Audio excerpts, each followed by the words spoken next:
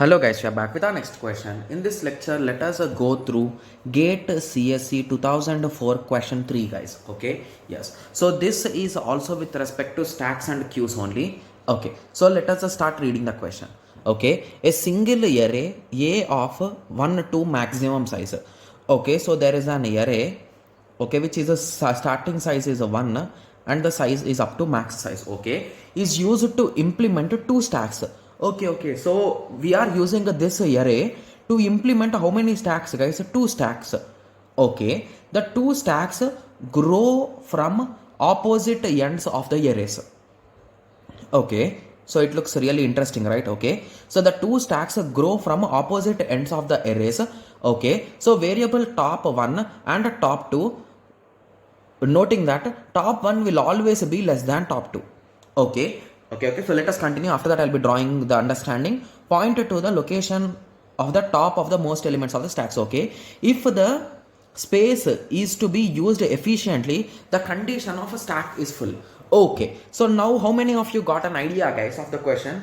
Okay, so I think you got some basic idea, right? So let us check it. So it is an array guys, basically. Okay, so it is an array which is having some size, assume in that way. So 1 2 3 4 and 5. So the addresses are also 1 2 3 4 and 5.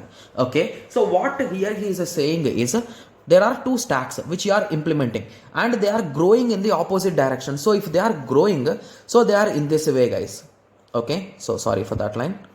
Okay, so in this way, so on either side we are having the stack, and as we insert elements they will come towards themselves guys. Okay, so the question which he is asking is when does the stack will be full? So that is the question which he is asking guys. So I think you got an idea, right? Yes. Okay, yes. So when can you say that the stacks are full? So let us take some examples. Simple, right? Yes. Okay, so let us assume, okay, so top 1 is at 2. Let us assume the full cases only because we are checking stack full, right? Yes, and assuming that top 2 is at here. Okay, means indirectly our stack will look in this way. Okay, so our stack will look in this way. So we are checking for the maximum case. Okay, yes, so top 1 is at 2, top 2 is at 3. Okay, so what is the maximum size? 1 2 3 4 and 5. So max size is equals to 5.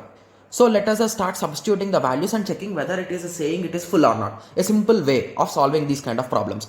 So what is the top 1? So what is the top 1 guys? So the value is a 2. 2 is equals to 5 by 2. Okay, similarly top 2, okay, so the operation in between them is and, means both should be true. Okay, and top 2 is equals to max 2 by 2. Okay, so max 5 by 2. Okay, so it is a 3, 5 by 2 plus 1. Okay, so it looks correct, right? So because it will be approximately 2.5, but it's okay. If we assume it as an int, it will be 2, and it is satisfying. Okay, so let us allow that for now. Okay, similarly top 1 plus top 2 is equals to max, it seems. Okay, so here in this situation it is okay, but what if top 2 is equals to 4, okay, and top 2 is equals to 5. So let us draw one more case guys, because I think my case which I took isn't a good case. Okay, so let us take one more case because all the options are clashing, right? Yes, so let us take a different type of case. 1 2 3 4 and 5. Okay, yes, so in this way.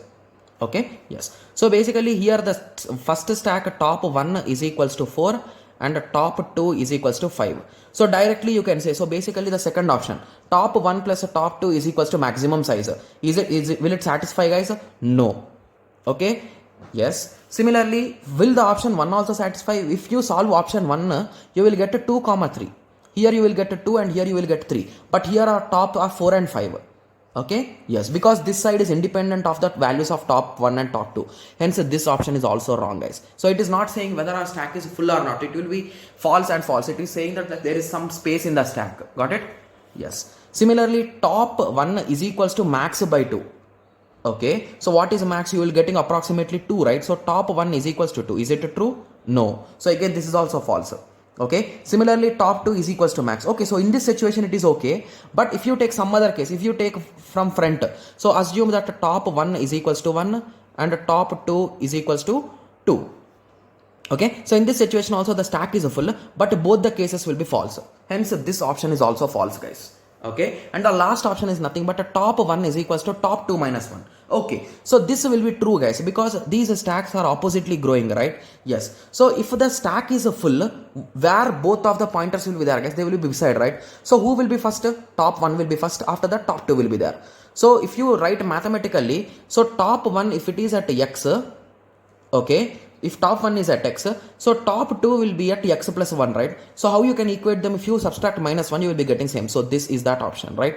Yes. So now you got an idea, right? So how I'm saying D is the option. So just we took some examples, guys. So we took total 3 cases and we assumed that the first 3 options are wrong and we finally concluded with the D option, right? Yes. So you might be having a doubt that, okay, so for full it is working fine. What if the stack is empty? So assume that the stack is having only 2 elements on both the ends, okay? So we are having how many slots in between? 1, 2, 3, 4 and 5. Okay, so we are having 3 slots in between. So if you run now this a full case, so here top 1 is pointing to 1 and the top 2 is pointing to 5.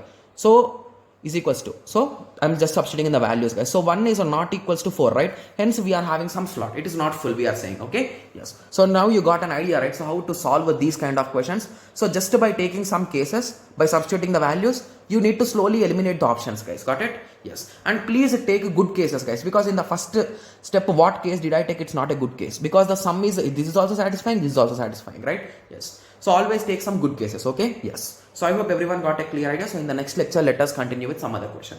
Thank you. Thanks for watching. Like, share and subscribe for more awesome videos like this. Thank you.